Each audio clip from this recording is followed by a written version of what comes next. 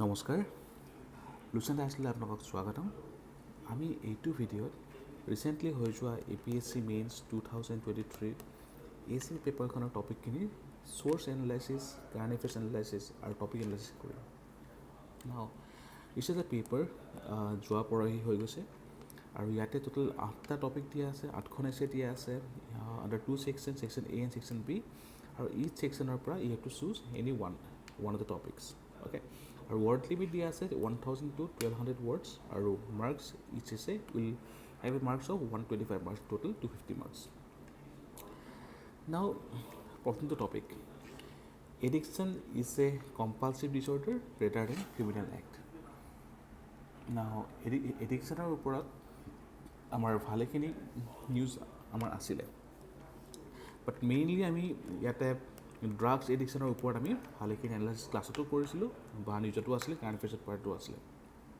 বাট ইয়াত যিহেতু কমনলি এটা কোৱা হৈছে এডিকশ্যনৰ অনলি এডিকশ্যন তো আমি ইয়াতে আগতে টপিকটো ডিকোড কৰি ল'ব লাগিব তো ডিকোড কৰোঁতে আমাৰ কি হ'ব পাৰে যে ইয়াতে ছাবষ্টেঞ্চ এডিকশ্যন হ'ব পাৰে সব এডিকশ্যন বুলি ক'লে জেনেৰেল আপোনাৰ ছাবষ্টেঞ্চ এডিকশ্যন বুলি কোৱা ধৰা হয় right but যেহেতু ইয়াতে it's a kind of open-ended is a topic so you can bring in other types of addiction also ঠিক আছে so addiction is a compulsive disorder the first keyword to call addiction second to is a compulsive disorder কি হয় rather than a criminal act okay now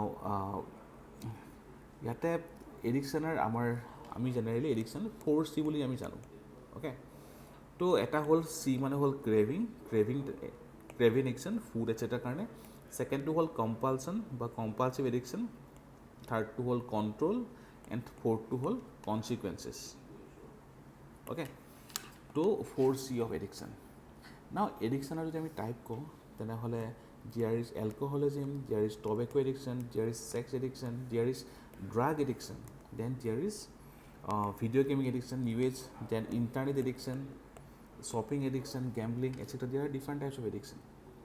Okay, so in this case, in the intro part itself, you can write about different types of addiction. ঠিক আছে আৰু তাৰে ওপৰত সৰু briefing এটা বা কিছুমান dimension you can bring in তো এডিকশ্যনৰ আপোনাৰ যদি আমি ইয়াত মেইনলি ফ'কাছটো আমি ৰাখিম ড্ৰাগছ এডিকশ্যনৰ ওপৰতে ৰাখিম ঠিক আছে তথাপিও আমাৰ let's say some other aspect let's say work addiction তো ৱৰ্ক এডিকশ্যন আমি জেনেৰেলি জাপানৰ ক্ষেত্ৰত বহুতখিনি শুনো ৰাইট আৰু জাপানে recently Japan brought in certain legislation to address the workaholic বা ৱৰ্ক এডিকশ্যন অ'কে চ' জাপানত there is there is a term called death from overwork okay 1970s পৰা almost সেই wordটো চলি আছে phrase to death from overwork okay so those things those are also kind of addiction or later 2018ত গভৰ্ণমেণ্টে Japan গভৰ্ণমেণ্টে এখন act আনিছিলে work style reform act okay 2018 আনিছিলে Japan গভৰ্ণমেণ্টে to address this kind of work culture okay so different types of addiction you can bring in then you have to go about the compulsive disorder now compulsive disorder কি হয় আমি already জানো যে it's a long lasting disorder where a person experiences uncontrollable and recurring thoughts and obsessions okay আৰু engage in repetitive behavior so then you have to link addiction with this repetitive behavior or compulsive disorder and after that criminal act see ইয়াতে criminal actor ক্ষেত্ৰতো আপোনালোকে you can bring in certain dimensions let's say gaming or yes gaming it's a kind of addiction okay so with repetition it becomes a compulsive disorder but criminal act হ'ব পাৰে for example in 2024 itself in Gurgaon যদি আপোনালোকৰ মনত আছে a guy killed his mother okay due to gaming addiction that will be a criminal act but other perspective let's say the iPad generation যাৰ ওপৰত question already UPSC মেইনছত আহি গৈছে iPad generation পৰা কি হৈছে টিভি এডিকশ্যন বা যেনেকৈ বাচ্চাবোৰক খুৱাবৰ কাৰণে টিভি বা গেম লগাই দিয়া হয়, তো তাৰ পৰা ষ্টাৰ্টিং হয়, those things you can bring in, okay. So' এডিকশ্যনত দেন আমাৰ মেইন ফ'কাছটো থাকিব drug addiction. Now drug addiction কি টাইপৰ হ'ব পাৰে, যে এলকহল হ'ব পাৰে, টবেকো হ'ব পাৰে, right, different types of drugs হ'ব পাৰে, অ'কে। তো সেইখিনি বস্তু ইয়াতে আহি যাব। আৰু তাৰ ওপৰত you have to then broaden the essay, okay. Now that it's a tough topic, why? Because আমি এডিকশ্যন পঢ়িছোঁ বা ড্ৰাগছ মিনছ আমি পঢ়িছোঁ, হয়, বাট কম্পালচাৰি ডিছঅৰ্ডাৰ লগত আমি ৰিলেট কৰি জেনেৰেলি পঢ়া নাযায়, অ'কে। তো you have to be creative enough if you have attempted this essay in the examination, okay. So' also' you need certain data to substantiate the essay, okay. Or you also need to have some certain knowledge about criminal provisions regarding addictions, drug addictions, etc. ঠিক আছে। Now source কি হয়? Source hall the newspaper editorials. Researchers find categories specific to people with OCD, okay, obsessive compulsive disorder, and drug menace in Assam. So in the articles in the Assam Tribune here, they actually link the addiction and compulsive disorders. So ইয়াৰ পৰা you can get the data. For example, this data was there in Assam Tribune itself. The estimates vary for how many people with OCD also have addictions. In 2019 study, researchers followed 38,157 veterans with OCD. More than a third had a substance use disorder. আৰু ইয়াৰ ভিতৰত tobacco disorder, alcohol, cannabis, opioids, cocaine, amphetamines, etc.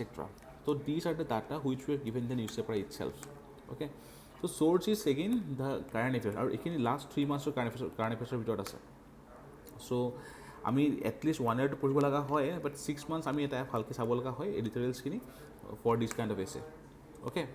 তো আমি এছেৰ ওপৰত আমাৰ next part of the video' series we will discuss this essay completely, okay.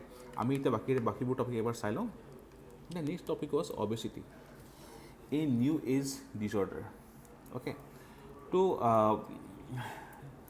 now obesity was definitely in the news, recently Assam governmentor police reform, etc. তো তাতো আমাৰ এইখিনি বস্তু পাইছিলোঁ আমি। তো ষ্টাৰ্টিঙত obesity কি হয় আৰু why it is new age disorder. তো obesity বুলি ক'লে আমি জেনেৰেলি কি বুজোঁ, it is defined by excess fat in the body, okay, which may have some health effects, okay.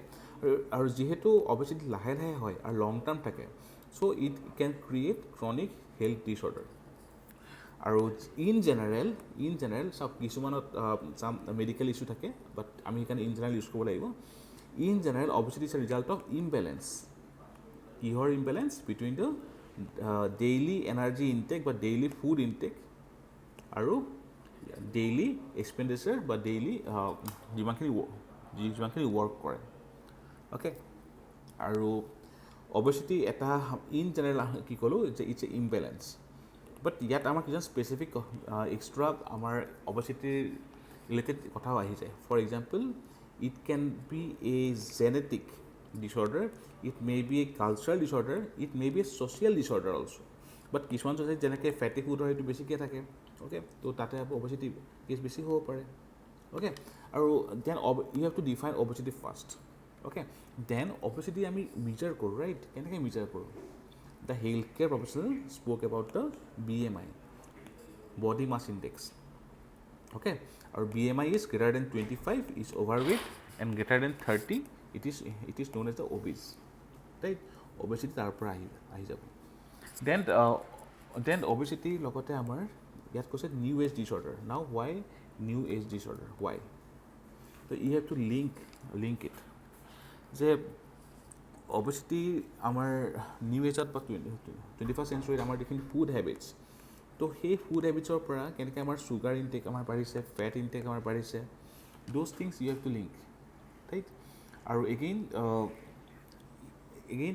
you need certain data, তো you need certain data, আৰু সেই ডাটাখিনিৰ পৰা আমি এড্ৰেছ কৰিব পাৰিম যে কিহৰ কাৰণে it's a new age disorder, because you have to link it, because WHO recently spoke about obesity, recently only, okay, and there is a comprehensive analysis in the March of 2024 itself য'ত risk factor due to obesity WHO publish কৰিছিলে। And then there is another reporting agency known as the Lancet. So Lancet also spoke about obesity আৰু prevalence of obesity in India. Okay. So one side you have to write about obesity, one side you can also bring in the dimension of undernutrition. So কিছুমান the rich are getting obese, whereas the poorer are having undernutrition. So ইয়াৰ পৰা আমাৰ double burden, those things also you can bring in. ঠিক আছে, তো এইখিনি বস্তু ইয়াতে আহিব। Then you will need certain data, যেন it's a new age disorder, যে ইণ্ডিয়াত এতিয়া মোৰ then the youth are suffering from the obesity. After that definitely government initiative, যে recently eat right mela, then fit India movement, then mission Poshan, eat right station Indian railway, right. তো সেই পাৰ্টখিনি আপোনালোকে use কৰিব পাৰিব। Okay, now it's a moderate to tough obesity. আমি generally GS1ত আমি পঢ়োঁ অকণমান, বা GS2 হেল্থত আমি পঢ়োঁ। প্ৰিলিমছৰ কাৰণে আমাৰ পঢ়া হয় ভালেখিনি, because we study the global hunger index report etcetera, different kind of reports study for prelims. তো তাতে আমাৰ আমি ভালেখিনি বস্তু পাই যাওঁ। Moderate to tough, but again source is Assam Tribune. তো যদি আমি চাওঁ, you can see Assam Indian Academy of Pediatrics launches nationwide campaign IAP की बात community के साथ to tackle childhood obesity. Okay, तो এইটো একেবাৰে ৰিচেণ্ট হয়। Similarly, obesity a ticking time bomb. Then Assam Tribune follow' কৰিছিলে ICMR and revises delivery guidelines to check nutrient deficiency, obesity and diabetes. আৰু as per recent study, obesity on rise, high levels of undernutrition persist in India. So obesity আৰু undernutrition, ঠিক আছে, what new studies is. So obesity ওপৰত now Assam Tribune data আমি ইয়াত use কৰিম। women, there has been a substantial increase in obesity among women with a prevalence rising from 1.2% in 1990 to 9.8% in 2022. So absolute number of women living with obesity in 2022 reached 44 million. Men increased by 4.9%. And there is also childhood obesity. So these are certain data. So it's a newest problem, okay? Because 1990 পৰা আমাৰ এতিয়ালৈকে আমাৰ obesity গ্ৰোথটো বহুত বেছি হৈছে, ঠিক আছে। তো also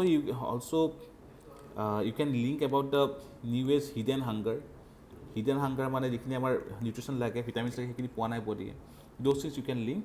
Then obesity and new age disorderটো হয়, so linking both these terms and along with the data will help you to substantiate the essay, ঠিক আছে।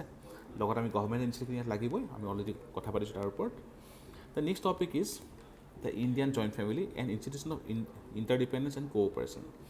যিমানখিনি ষ্টুডেণ্টছৰ লগত কথা পাতিছোঁ, মেক্সিমাম হেভ ৰিটন দিছ এছে from the section A. Now this is why, because আমি জেনেৰেলি GS4 পাৰ্টত ফেমিলি ভেলুছ আণ্ডাৰ আমি জইণ্ট ফেমিলি পঢ়োৱেই। Okay, in the joint family, I mean different types of values in positive values from joint family, negative values in the joint family, interdependence cooperation we generally portray, right?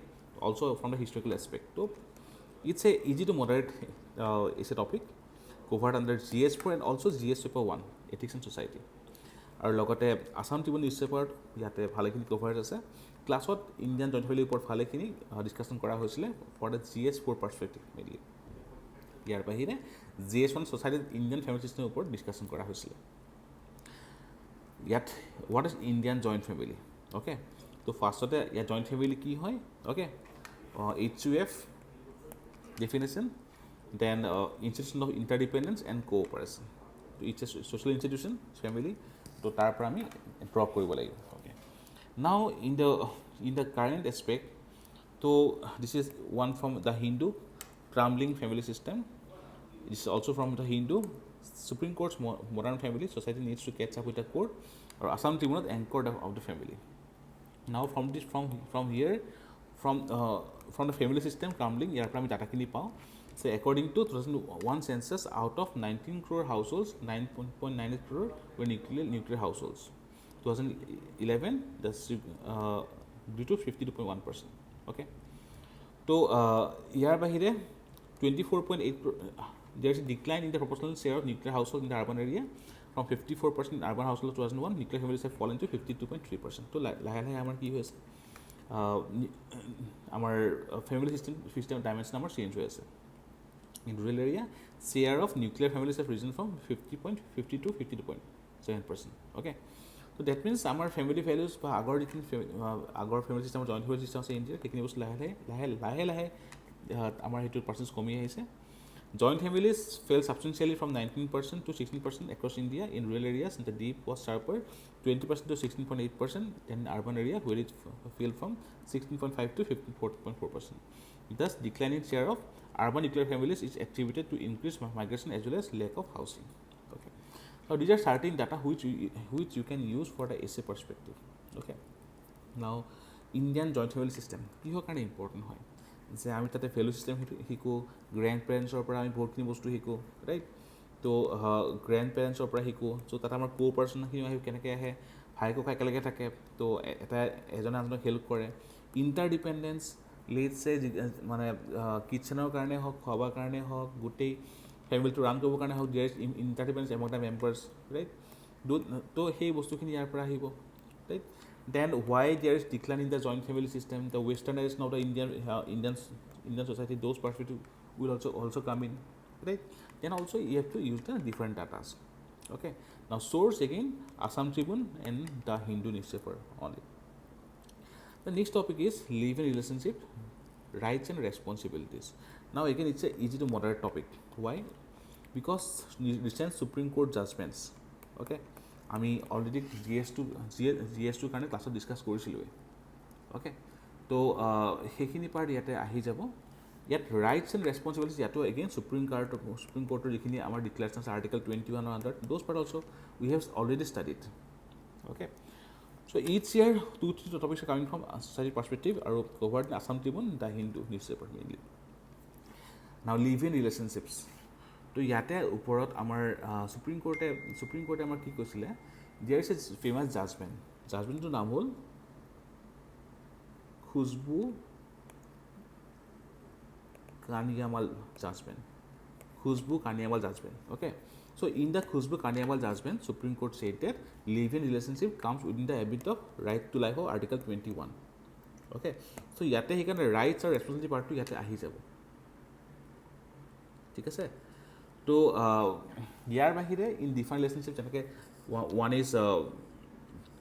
Is লাটা Singh judgement 2006 তাতে কনচেণ্টিং এডাল্টছ তাৰে ওপৰত judgement এটা আহিছিলে তেওঁলোকৰ responsibility etcetera তাৰ ওপৰত আহিছিলে and recently in fact 2024 May also' regarding Muslim religion and live in relationship তাৰে ওপৰত সুপ্ৰিম কোৰ্টৰ জাজমেণ্ট আহিছিলে এলাহাবাদ হাইকোৰ্টৰ জাজমেণ্ট আহিছে অ'কে তো কাৰেণ্ট এফেয়াৰ্ছত আছিলে it's a totally current based topics যদি আমি চাওঁ married Muslims not permitted to live in relationship Allahabad high court লগতে live in is no' sin what is the legal position of live in relationships in India okay তো these things has been discussed আৰু এইখিনি একদম recent হয় চ'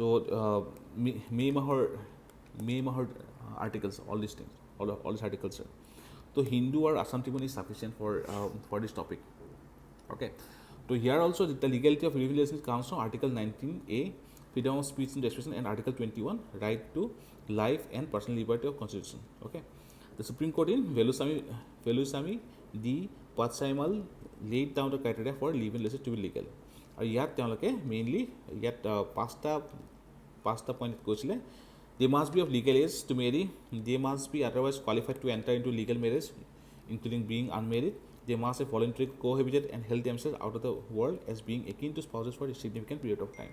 Okay. So these things ইয়াতে আমাৰ আহি যাব সুপ্ৰিম কোৰ্টৰ এইখিনি পাৰ্টটো চ' ইণ্ডিয়ান পলিটিৰ পৰা আমাৰ যিখিনি জাজমেণ্ট আছে বা যিখিনি ৰাইটছ আছে কনষ্টিটিউশ্যনত তাৰ পৰা আমাৰ এই পাৰ্টটো ভালেখিনি বস্তু কভাৰ হৈ যাব তো মানে in the respect it's a easy topic to handle যিহেতু ৰাইটছখিনি আমাৰ ইয়াতে গম পাই আৰু ৰেছপনচিবিলিটি পাৰ্টটো আমাৰ ক'ৰ পৰা আহিব যে যেন পাঞ্জাৱ এণ্ড হাৰিয়ানা কোৰ্ট তেওঁলোকে লিভ ইন ৰিলেশ্যনশ্বিপৰ ওপৰত তেওঁলোকৰ ইউনিয়নৰ ওপৰত তেওঁলোকৰ ডিভৰ্চৰ ওপৰত জাজমেণ্ট এটা দিছিলে ঠিক আছে আৰু দেন যেনেকৈ এতিয়া মুছলিম ৰিলিজনত লিভ ইন ৰিলেশ্যনশ্বিপৰ ওপৰত জাজমেণ্টটো আহিলে এলাহাবাদ হাইকোৰ্টৰ তো তাৰ পৰা যিখিনি ৰেছপনচিবিলিটি আছে সেইখিনি পাৰ্ট আহিব অ'কে চ' লগতে যিহেতু ইণ্ডিয়ান কোনো লয় directly address live-in India doesn't have any law, they directly address live-in relationships. তো তাৰ পৰা আমি সেইটো কাৰণে একো পাৰ্টিকুলাৰ ৰাইটছ বা ৰেছপনচিবলছ আমি ডাইৰেক্টলি নাপাওঁ যিহেতু ল নাই, but from the judgements in the hindsight from the fundamental rights we can explain about the rights and responsibilities. Okay, so in this aspect these articles and editorials will help. Okay, so yate already the Supreme Court criteria for live-in relationship etc already ekhini bostu court ase. Okay, these things will be helpful to complete the essay. The next topic is regarding future of Assamese language. Okay, it's a easy to moderate topic, generally GS5 paper cover hoye jay. Okay, so the future jodi future boli koleo ami past or anibo lagibo, right? To past jodi sao 2nd century BC there is a famous Mahastangar inscription. Etia Bangladeshৰ inscription. So কোৱা হয় যে তাতে প্ৰথমবাৰৰ কাৰণে Assamese অসমীয়া লিপি বা স্ক্ৰিপ্টৰ আমাৰ আধাৰ পোৱা গৈছিলে, ঠিক আছে. In fact that is one of the aspect Mahastangar inscription is one of the aspect due to for which Assamese is demanding the classical language status, ঠিক আছে. তো then different aspects যে কেনেকৈ আমি ক'ত পাওঁ অসমীয়া লেংগুৱেজৰ এনচিয়েণ্ট চিহ্ন আমি ক'ত পাওঁ, তাৰ চাৰিয়াপাত এটচেট্ৰা, দেন আমাৰ পাষ্টত আৰু কি আছে সেই পাৰ্টৰ আমি from the history itself we can start writing this essay. Okay, then comes about the future. না future is very important. Why? There is one dimension is the numbers of Assamese speaker. Okay, so next to whole classical language demand. Third to whole incorrect use of the Assamese language in certain domains, ঠিক আছে. আৰু fourth to whole the digital movement. Okay, তো এই part গোটেইখিনি বস্তু cover হ'ব লাগিব, বা ৰিচেণ্টলি গভৰ্ণমেণ্টে যিখিনি ডিজিটাইজেশ্যন আৰম্ভ কৰিছে সেই পাৰ্টখিনিও আহিব লাগিব. অনলাইন যিখিনি ফেচবুকৰ গ্ৰুপ আছে for propagation of Assamese language, there are many groups, ঠিক আছে. সেই পাৰ্টখিনি ইয়াতে আহি যাব, ৰাইট, সঁহাৰি এটচেট্ৰা. তো it's a easy to moderate topic. Recent আমাৰ যিখিনি এৱাৰ্ডি হয় নীলমণি ফুকন ছাৰ এটচেট্ৰা, সেই পাৰ্টখিনিও ইয়াতে আহিব, জ্ঞানপীঠ এটচেট্ৰা. যে yes the language has a strong basis. Okay, তো এটচেট্ৰা সেই পাৰ্টখিনি আমি কভাৰ কৰিব পাৰিম. আৰু যদি আমি চাওঁ ইয়াতে Assam Tribune, the Hindu also', the future Assamese language and literature, then scan to Assamese as a official language, Guwahati high court issues notice to Dispur, আৰু Assamese speakers in Assam and insecure future, it was from Assam Tribune. Okay, so a total of 1,53,11,315 people returned Assamese language as their mother tongue in 2011 census.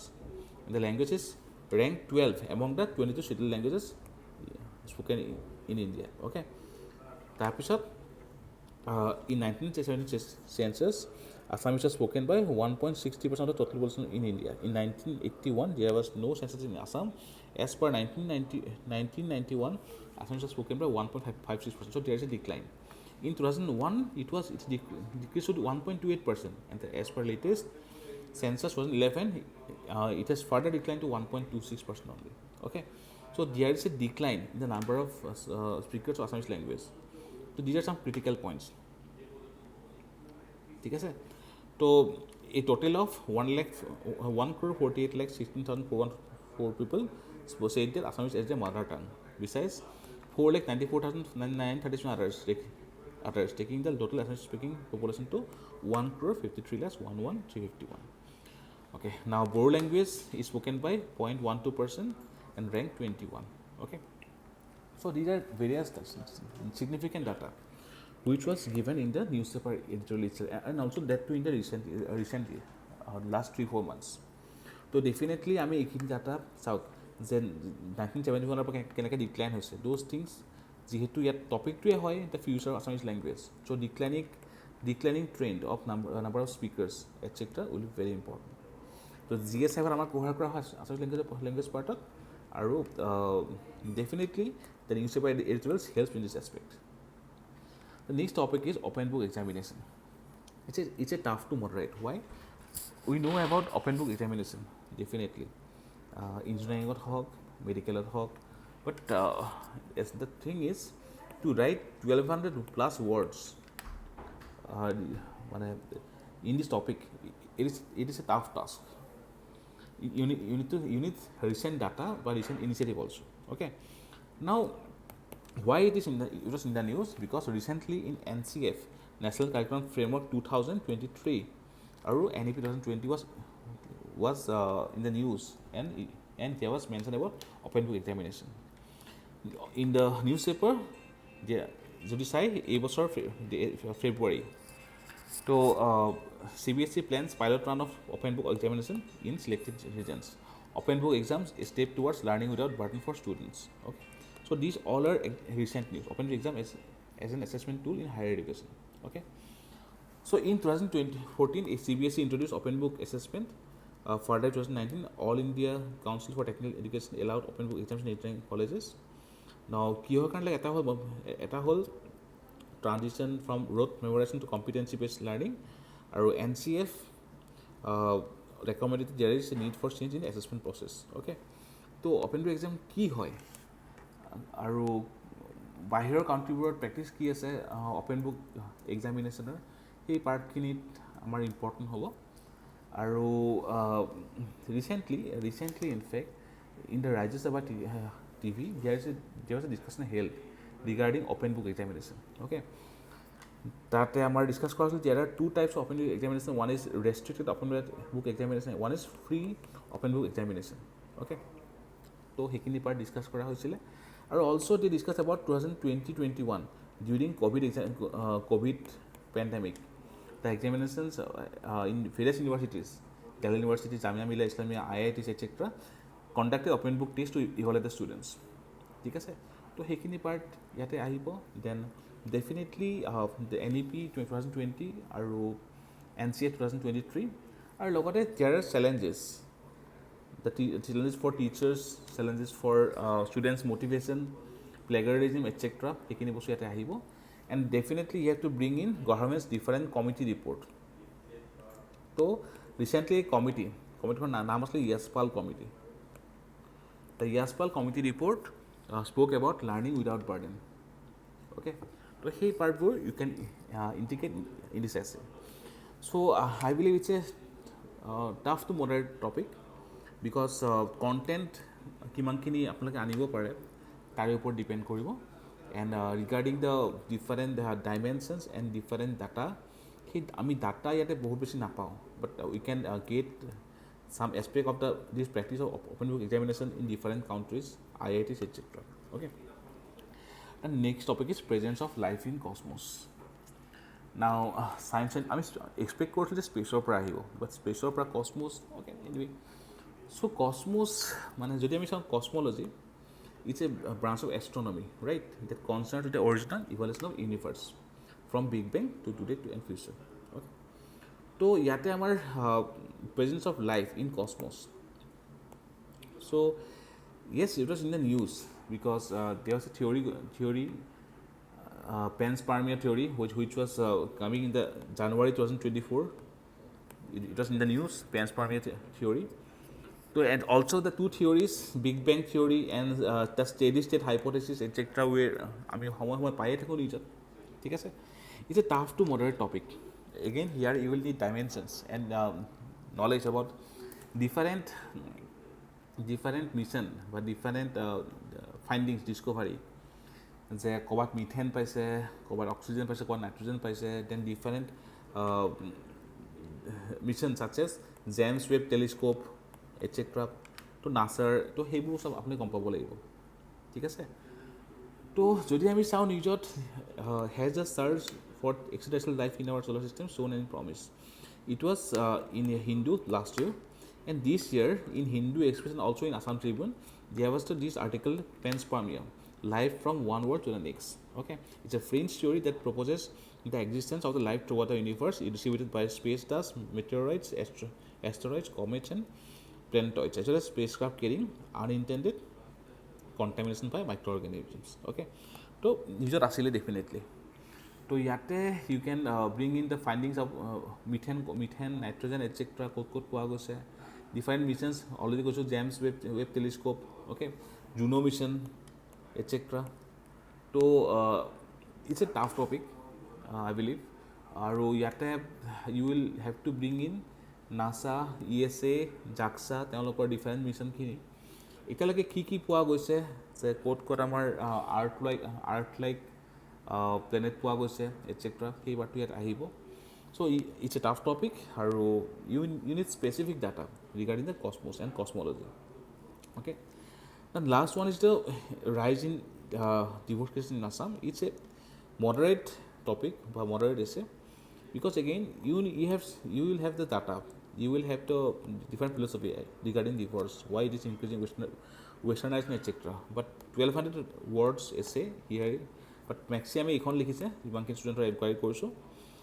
To ইয়াতে again আমাৰ family system GS ফ'ৰত আমি যিখিনি পঢ়িছোঁ বা ছ'চাইটিত আমি যিখিনি পঢ়িছোঁ GS 1ত সেই নলেজখিনি আমি ইয়াতে ভালেখিনি ইউজ কৰিব পাৰিম যদি আমি নিউজত চাওঁ yes it was in the news in the month of June only last month divorce rate surge average 300 cases in Guwahati per month আৰু women take more anti depressions after divorce than men okay আৰু divorce rate surge okay ত' it was in the news ত' there are various data was also' given that global marriage pattern UN recorded doubling of proportions of adults getting divorced or separated from 2% in 1970 to 4%, doubling in 2000.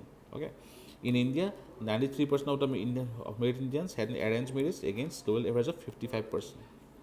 Annual divorce rate in India is 1.1 per 1000 annually. Okay, so these are the various data given in these articles only. Assam Tribune. Okay. So here, rise in divorce cases in Assam. So one aspect you have to give is the our divorce cases বাঢ়িছে the family system westernization materialistic aspect আমি সেইখিনি বস্তু আনিব লাগিব but also you have to bring in the aspects that although আমাৰ বাঢ়িছে আমাৰ global এভাৰেজতকৈ আমাৰ ভালেখিনি কম হয় ঠিক আছে the Indian family system is sustaining তো সেই পাৰ্টখিনি আপোনালোকে আনিব লাগিব we will further discuss the topics in the next part তো ইয়াতে মই এইখিনিয়ে ক'লোঁ যে if you go through the different essay so it was mainly sourced from the editorials from Assam Tribune, the Hindu, the Sentinel and Indian Express. So you need to be a avid reader. Daily আপোনালোকে newspaper পঢ়া কৰক at least editorial part to you will have the data to write in the essay part and to go ahead for the next year essay বা next year APSC means আপোনালোকে at least editorial পাৰ্টৰ কিছুমান যদি এনেকুৱা data থাকে যেনেকৈ এইবাৰ মেৰেজৰ কথা ওপৰত আহিছে দেন ছুইচাইড আহিব পাৰে ৰাইট তো দ'জ থিংছ দ'জ ডাটা আপোনালোকে ক'ত টুকি ৰাখি থওক those articles important articles it will help in your preparation for the essay paper for the next year so' এইখিনি আছিলে আমাৰ ফাৰ্ষ্ট পাৰ্ট এছে ডিছকাশ্যনৰ আমি নেক্সট পাৰ্টটোত আমি এছে কেইখন